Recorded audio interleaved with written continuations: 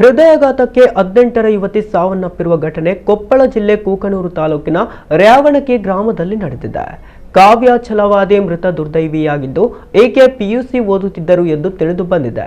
ಮೃತ ಕಾವ್ಯ ಕಳೆದ 2 ದಿನಗಳಿಂದ ಅನಾರೋಗ್ಯದಿಂದ ಬಳಲುತ್ತಿದ್ದರು. ಮಂಗಳವಾರ ಸಂಜೆ 6 ಗಂಟೆ ಸುಮಾರಿಗೆ ಹೃದಯಾಘಾತಕ್ಕೆ ಬಲಿಯಾಗಿದ್ದಾರೆಂದು ತಿಳಿದು ಬಂದಿದೆ.